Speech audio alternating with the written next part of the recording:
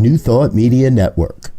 We are a global broadcast network of positive music, media, and entertainment, inspiring humanity's evolution along the journey of enlightenment and creating a world of love, peace, empowerment, and prosperity for all. New Thought Media Network. Positively inspiring.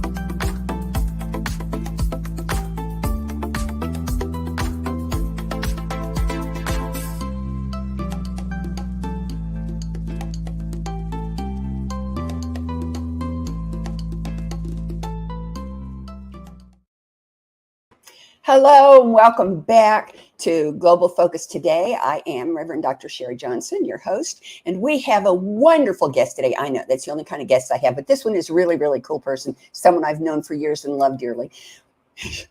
She is Dr. Tracy Brown, RSCP, which my late husband pronounced RSCP, and she is an amazing person. I mean, her whole life is juggling a chainsaw, a bowling ball, and a raw egg, and she never drops a thing.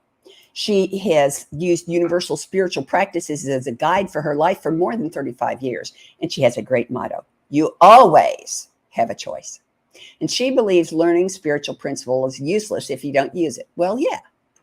She's frequently requested as a speaker in both the Unity Movement Center and Centers for Spiritual Living. And she has also hosted 3 programs here on New Thought Media Network.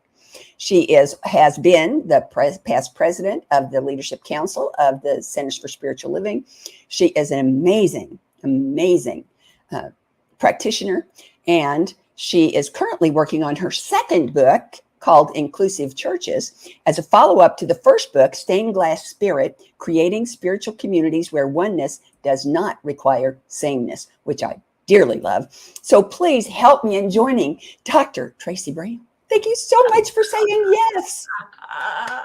I'm so delighted to hang out with you today. I just amazes me the things that you do.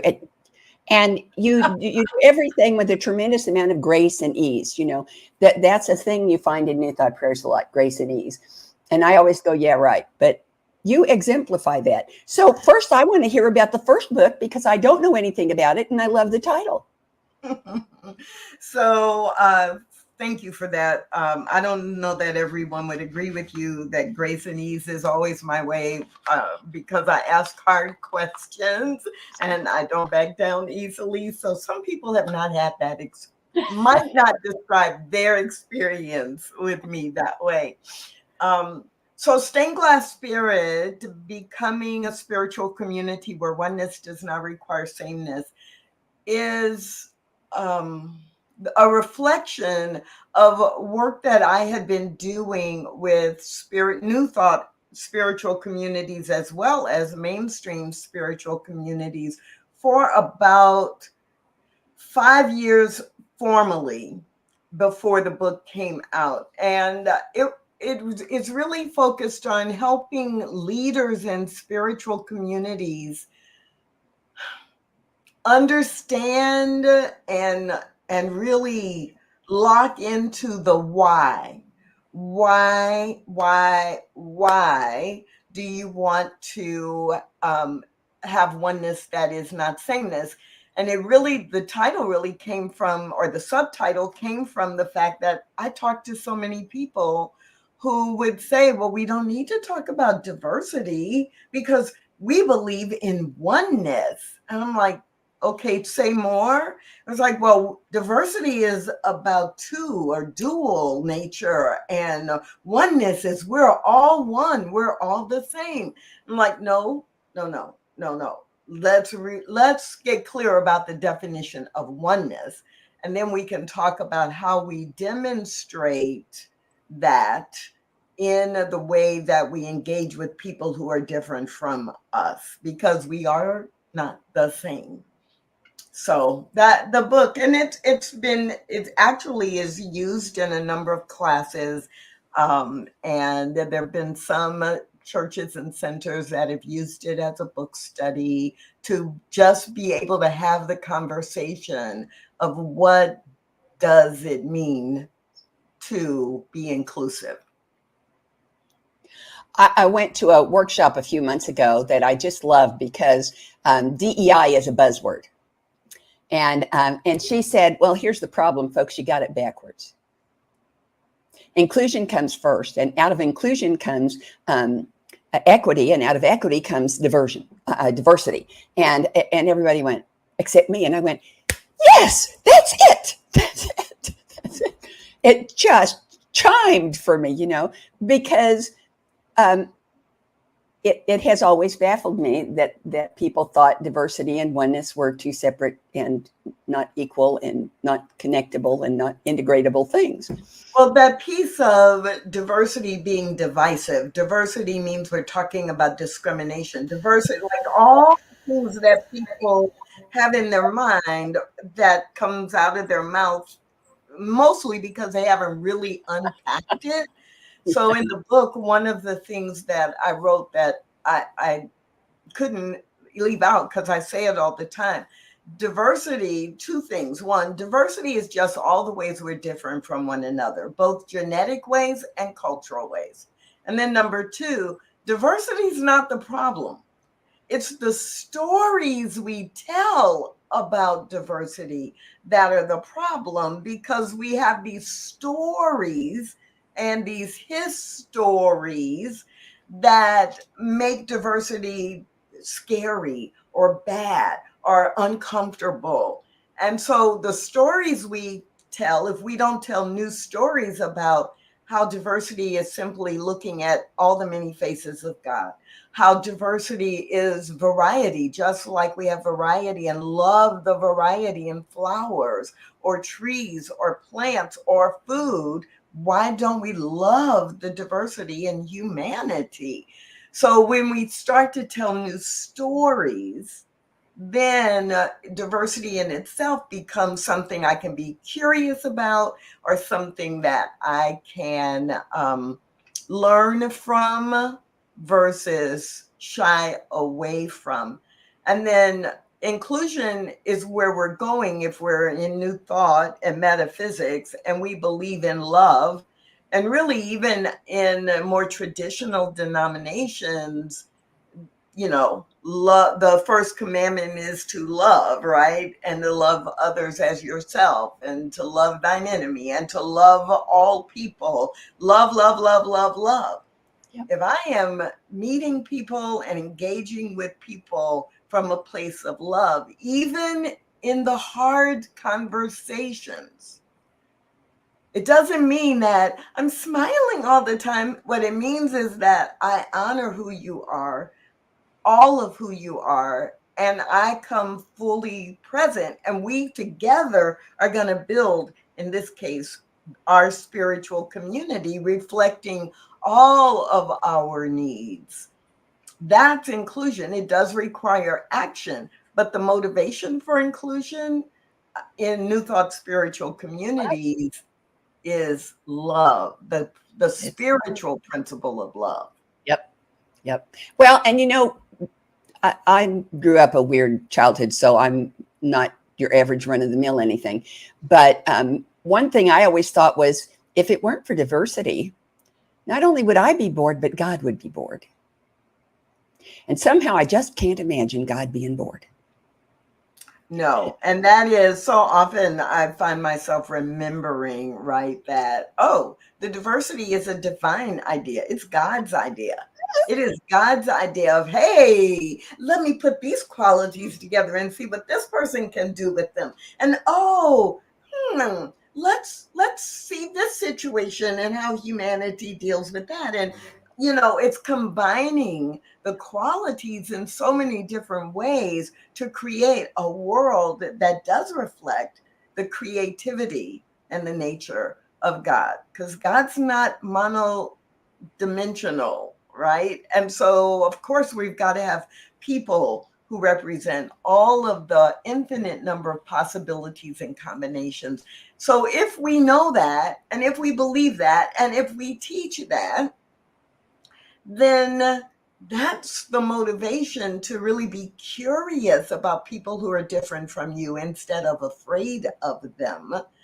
How is God showing up in this community or with this group of people or with people who identify in a certain way? What's God doing in that person, in that body, in that identity group? That's the piece that can shift everything for how we show up and how we both welcome, affirm, value, and engage people in our spiritual communities. Yes. Oh, yes. Oh, yes. Oh, yes. That is fabulous. Now tell us about the second book. Because, and I'll tell you why I want to hear about this is because, to my mind, the key to a world that works for everything, for everyone, is interfaith, not just interfaith agreement, not just interfaith tolerance, but interfaith cooperation and interfaith activity. We are, when you put your hands together to make a little church, all of the fingers are involved and each one of them is separate. So that's why inclusive churches just really appeals to me. And I want to hear more about it. So I was so ambitious. When Stained Glass Spirit came out, I had started writing a different book, and it was about stained glass spirit. It was titled Stained Glass Spirit, but it had a different focus. And what happened as I was writing was I realized everything I was trying to cram into the book was really 3 different books. There was the book about why this is important and what it means to be inclusive in a spiritual community and to represent oneness, not sameness. Then there was a lot about, well, now you understand that. How do you do it? What kinds of conversations do you have? How do you call people in? How do you prepare the how, right? How do we actually do this? And then there was a section that kept coming up that was about for individuals who were not trying to lead or facilitate the inclusion for the whole community, but in their own individual lives, they just wanted some spiritual practices or some conversation starters that they could use with their friends and with the people they knew. So I was getting overwhelmed, and I realized actually this is 3 different books. Stop trying to make them one 500-page book. So Stained Glass Spirit, it made sense to focus on the why first. And then once people get that and start living it and talking about it and letting it really marinate, then it's time to do the second book, which is the how. So inclusive church or inclusive churches is about how. So it will have a series of brief chapters, articles that give you things to do or say or practice. Have a conversation with your leadership team around this and use these points. Create a program for Pride Month, but keep these things in mind, right? So it's going to be more of these are 52 things you can try in your community that will be conversation starters or event starters, seeds that you can actually use. And so that's going to be inclusive churches. And then when that comes out, I'll start fine tuning an individual personal devotional and reflection, which will be Oneness in Action. Is that the title? I like that title. Yeah, that'll be the third one. And one of the reasons I said I was so ambitious is because when Stained Glass Spirit came out, about 2 pages in, I had the covers for all 3 books saying, and coming soon. inclusive church and oneness in action, because I had my designer design the covers for all 3 books so that they would fit together. Right. So yeah, it's been a few years since Stained Glass Spirit came out. But anybody who has it probably laughs when they're like, whatever happened to book 2 and book 3? Book 2 is on its way in the calendar year 2024. Well, soon is a really sort of amorphous term. There's a lot in the perception of that. It's contextual. That's what I mean to say. It is right. But I'm ready. Yeah. I'm definitely ready. So I have a list of questions, and I don't know which one to ask first. So I'm going to ask you this one because I know what I think. And I wonder what you think and what's probably in your book. And that's what's wrong with having a community where everybody's the same race or age or ethnicity or hair color. I love that question. So let me start by saying there's absolutely nothing wrong with having a spiritual community where everyone is from the same racial identity group. There's nothing wrong with that, actually. I truly believe that. And one of the reasons I believe there's nothing wrong with it is because I can have 100 people and they may be all from the same racial identity group, and I still have diversity, right? I still have to realize we're not all the same. And in some ways, recognizing diversity when you think we're all the same can be easier, because you're like, oh, well, we're all white people. And then you go, but wait a minute, this couple grew up in Missouri, and this person grew up in Idaho, and this person immigrated here from London when they were in college, and this, right? And so it almost makes it impossible for you to label diversity as a bad thing when you realize everybody, we share the same identity group and we still have diversity. And that diversity requires me to learn and practice some communication skills, some leadership skills, some analysis and critical thinking skills to be able to build a bond with and to provide service to the people who are different from me. Those are the exact same skills and the same critical thinking and the same process that you would use if you had people from 3 different racial identity groups. You could have a group that was all women, and there are a number of folks I know who lead retreats that are designed for women. And so one of them said to me, well, we're focused on women. And so, they kind of implied, so diversity is not really a part of it. I was like, well, do you have women from different generations? Oh, yeah. Do you have women who grew up in different parts of the country? Oh, yeah. Do you have women who, even though everybody is New Thought now, some grew up Christian, some grew up atheist, some grew up Hindu? So, oh, yeah. Well, you've got diversity, and you're trying to create this women's retreat in the context of inclusion. So you have to look at the ways people are different from you and not just design a retreat that you would like if you want them to feel they made a great investment in their money. So there's nothing wrong with having a community where everyone is the same race or the same age group or the same denomination, the same religious path. What's important is that then you recognize there's still diversity present.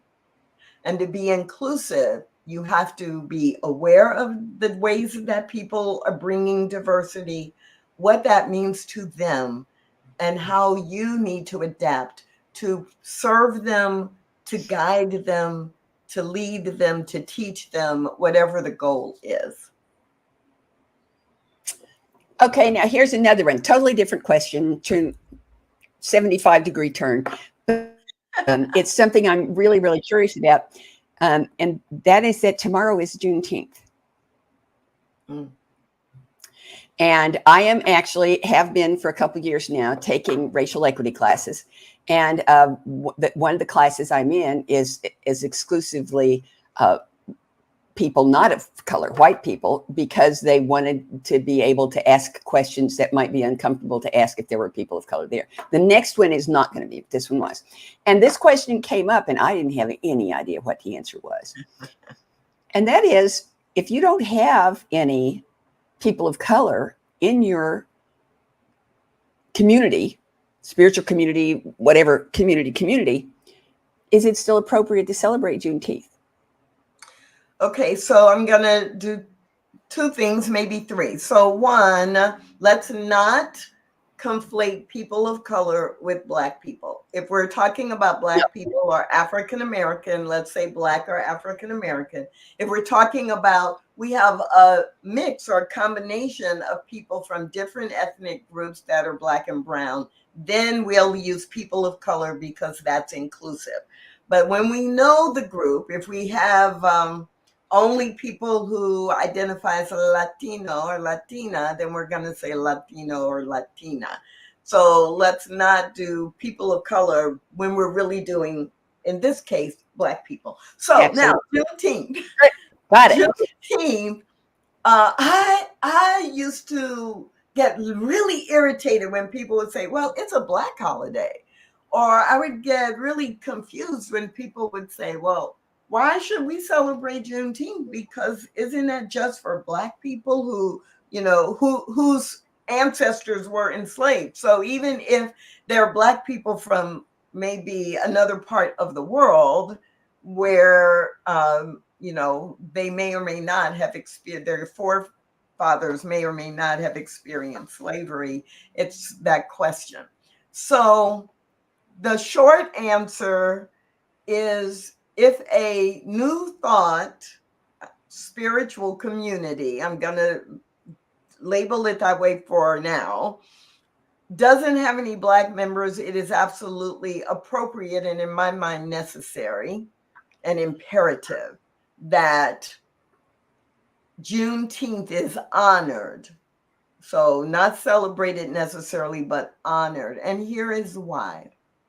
One of our most referred to spiritual principles or attributes of God or qualities of God that we go to for so many things is freedom.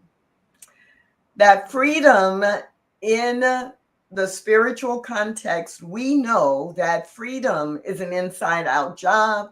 We know that no human being really can make anyone free or not. And so in our spiritual communities and in our spiritual tradition, we should be recognizing that what Juneteenth was about was acknowledging and affirming that freedom is a birthright.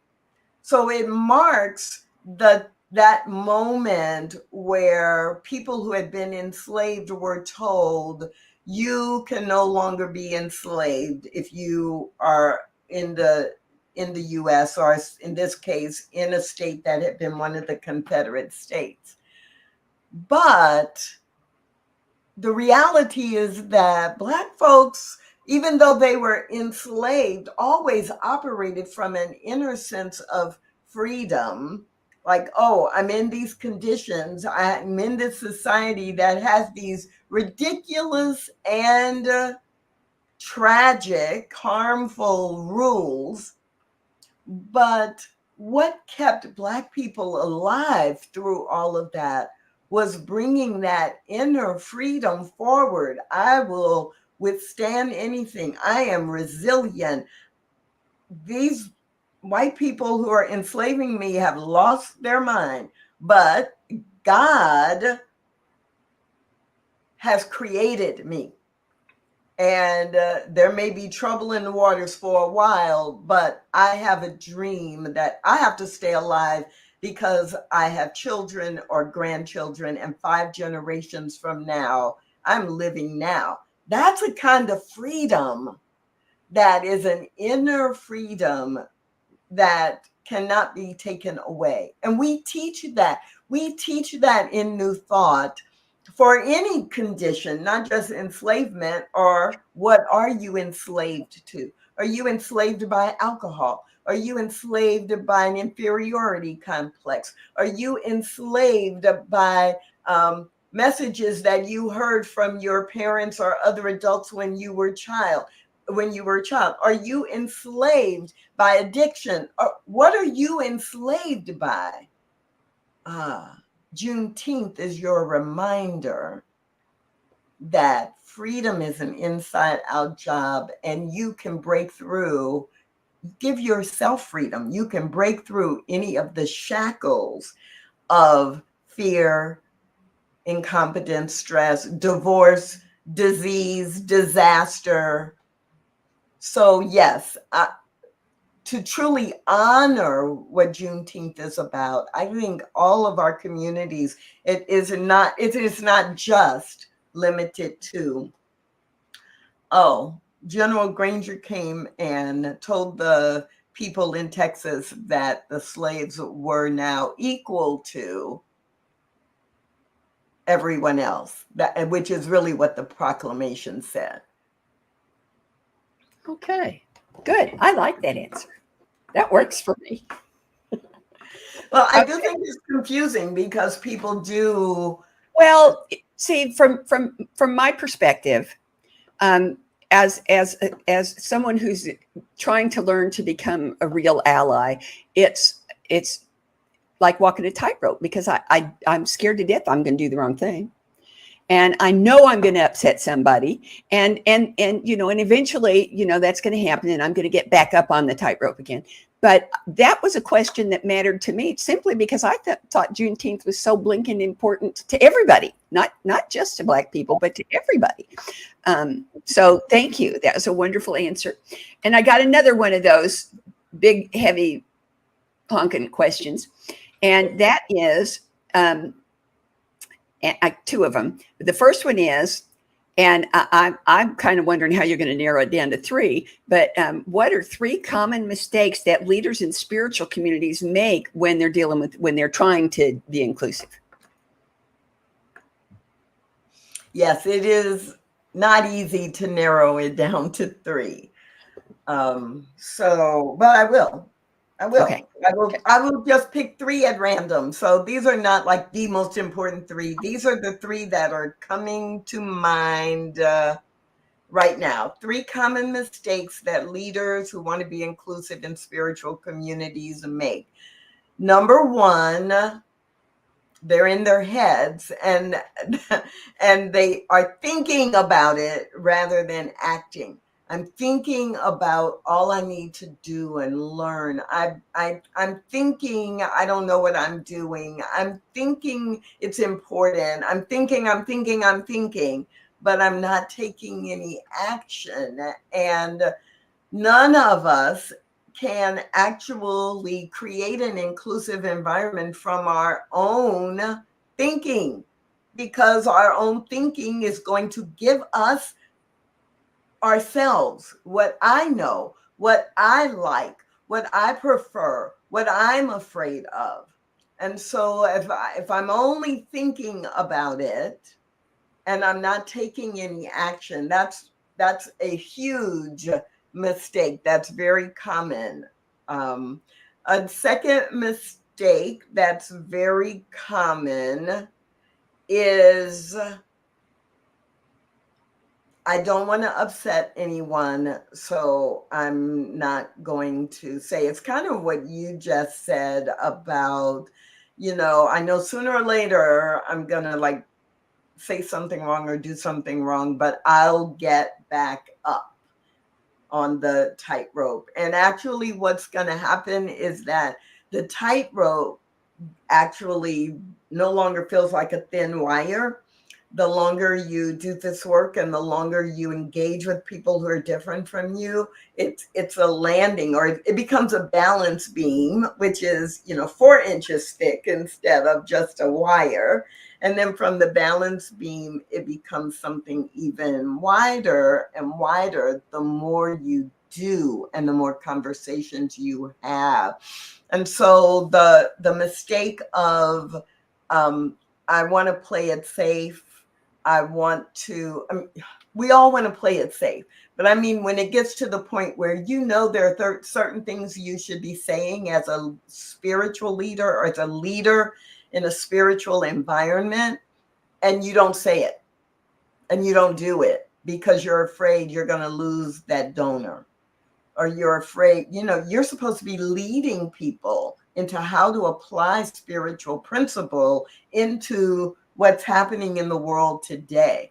And if you do lose that donor, guess what? You're probably going to attract 2 or 3 other donors who are like, finally, someone is showing me how to talk about this stuff. So 1, staying in your head and not taking any action. 2, being hesitant to take the action that needs to be taken, and just staying with the baby steps because they've worked and nobody got mad at you. But if you're not constantly growing and expanding, you're not really doing the work. And then the third mistake is that comes to mind for me right now is failing to tie all the conversations about inclusion, failing to connect all the conversations about diversity to the spiritual principles you teach. I would say that is the number one mistake that people made, even though it came to mind third. I think that's the number one, because what happens instead is, let's say you stand up on the platform or at an event you're hosting and you say, Black Lives Matter, and you say it forcefully because you really believe it. But if you haven't set the context of what I teach spiritually and the path, the tradition that we follow says that every individual person has been created as an example of, as an emanation of, as an expression of the one. And for me, that is why every Black person matters, because that is true for them. If you haven't done that, and there's someone in your audience, whether it's online or in person, and the only way they have heard the phrase Black Lives Matters is in a context of polarity and politics, then they think you are trying to convert them to your political view. And if they don't agree with it, they're like, I didn't come to church in order for you to try to make me be like you. Or I didn't come to this event online for you to talk politics to me. So there's a whole chapter in the Stained Glass Spirit book that is titled, Are You Listening with Political Ears or Spiritual Ears? And as leaders, it's important for us to speak from the spiritual platform that we have. One caveat, it doesn't mean you cannot go participate or encourage people in your community to participate in the political system. It doesn't mean that. It means that when you are teaching or speaking, you are putting the framework and the context in something that is related to your mission and your values, which is a spiritual community, teaching people how to apply spiritual principle in order to live a life they love and to create a world that works for everyone.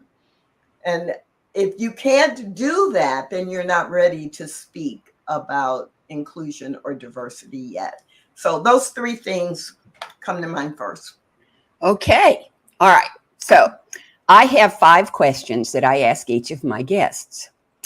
And I'm going to ask them now. The first one is the one the guests usually like best. And that is there anything that you want our listeners to hear or know about you or about what you're doing that I haven't asked you about?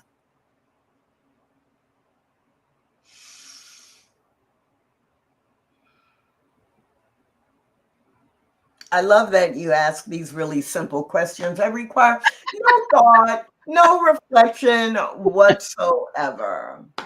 But what's coming to mind in this moment is that the reason I'm so passionate about this particular topic is not only because, yes, I grew up as a Black girl or a Black child in what was initially a predominantly white neighborhood. And I had to learn the hard way that people would judge me based on their story about me and not me. And I also had to learn very early that that's about them. And I still get to choose how I build bridges. So that's a part of it. But the bigger part, the bigger reason that I am so committed and so passionate about inclusion is because of my spiritual beliefs. I believe diversity is a divine idea. It's not a mistake. God created this diversity on purpose, on purpose, just the way that God created diversity in every other species of life, not just humanity, life. And I believe that if I'm going to teach harmony, wholeness, love, unity as core spiritual principles, then I have to encourage people to live that way. And that's our job. The diversity just is. But I believe and I try to demonstrate that our job is to demonstrate God and the qualities of God. So I'm going to demonstrate harmony whenever there seems to be disharmony. I'm going to demonstrate love where love doesn't seem to be happening. I'm going to demonstrate or move toward unity where there is polarity, because we can have plurality and have unity. Plurality doesn't have to mean polarity. So that's what I think people sometimes assume. Oh, well, you're a Black woman and you've been mistreated and discriminated against, and that's why you're on your soapbox. And it's like, no, actually, it's because I'm trying to create heaven on earth. And it's not just about race for me. And that's why I'm, talking as much about sexual orientation and gender identity, or multi-generational communication, or language, or other ways that we're different from one another, in addition to race and ethnicity. Okay, cool. I'm glad I asked that question. Okay, here's the next one. How does what you do as with Reclaim Joy, with Stained Glass Spirit, with being and doing Tracy Brown, how does that encourage, enhance, develop, unveil, pick your own verb, conscious evolution? My favorite quote is from an ancient Egyptian text. Every day is a donation to eternity. Even an hour is a contribution to the future. And so for me, it's like when I remember that, then I am very clear that things I do and things I say, yes, they may be important right now, but it is a contribution to the evolution, not just of my personal life and experience, but of the society we're in and the world we live in. So that quote, in combination with there are several Eastern faiths that talk about what we are doing is for, I will never enjoy the shade under the tree that I am planting as my life. That it's for people who are 3 generations, 5 generations, 10 generations from now, who will benefit from what I do and say.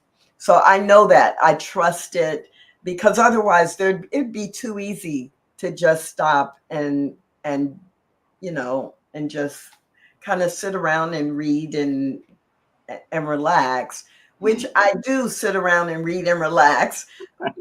But it's like I wouldn't take on a lot of the things I take on. And I don't think any of the books I've written, I wouldn't have written them if I wasn't trying to influence the future. All righty then. So here's the next one, and it sounds like the last one, but it's not quite the same.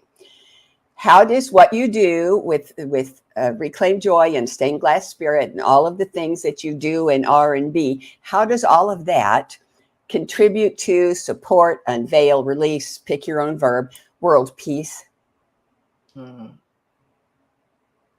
World peace is an interesting phrase, and I'm going to change it. Well, no, I'm not. So world peace can happen. World peace can happen when we are led by our universal spiritual principles. And so Reclaim Joy, which, is really the work that I do related to all spiritual principles being applied in my life and in someone's life, in all aspects of life. Peace is kind of that foundation. Love and peace are those foundations in order to experience joy. So I model it whenever I can.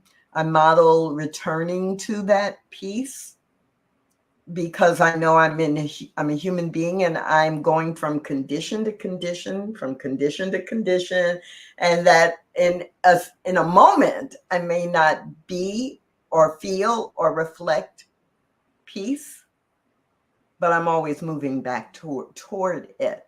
So I want to model that, and I think that's how it helps others. I can tell people about it, but the best sermon is the one you actually live, right? Yep. Okay, here's the next one. And this is the one that people get the biggest kick out of. You have to close your eyes because you're going to use your imagination. Now, we are presuming that every single thing goes exactly the way you want it to go. Every detail, every interaction, every encounter, every relationship, every single event in your life goes exactly the way you want it to go. 10 years from now, what does Tracy Brown and Reclaim Joy look like? This is my favorite because I love imagining. I love playing with imagination. And so as you were talking, there were images that came to mind. So one thing is I actually would be speaking around the world.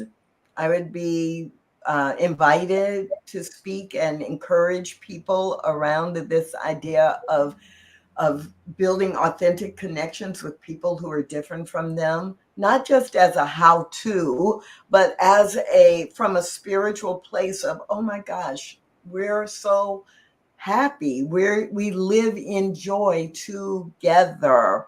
10 years from now, I would be saying, you would be welcoming me to your show saying, and in the last 10 years, Tracy has been published a new book every year, building on this concept. And here she is today to tell you about the next one or the most recent one. And I really see for me a lot of, to use the word we just used, peace, like being very busy, but almost floating in an aura of peace where it is just so much who I am that you feel that peace in my presence. Oh, you're going to laugh when you hear the last question. Will you come back? The first opening I have is May 13th of next year. Can I pencil you in? I don't know. I'll look at my calendar and see, because I do have, interestingly enough, because I speak at conferences or people hire me to do retreats for their board or their practitioners, I actually do have things on my 2025 calendar. But I'm writing down May 13th, and I'm going to claim that can happen. Good. I got dibs on it. All righty then. So what I want to let everybody know is that next week's guest is Reverend Karen Lindsley, and her ministry is called Fearlessly Feral Living. You heard me right, just like feral cats. Fearlessly Feral Living. She's fascinating and you're going to love her. So don't miss it. I'll see you next week. I love you bunches. Bye-bye. Amazing, amazing, you will do amazing things. Amazing, amazing, you will do amazing things. On behalf of everyone at New Thought Media Network, thank you for being a member of our virtual family. Your financial contributions help share the New Thought message with people from around the world.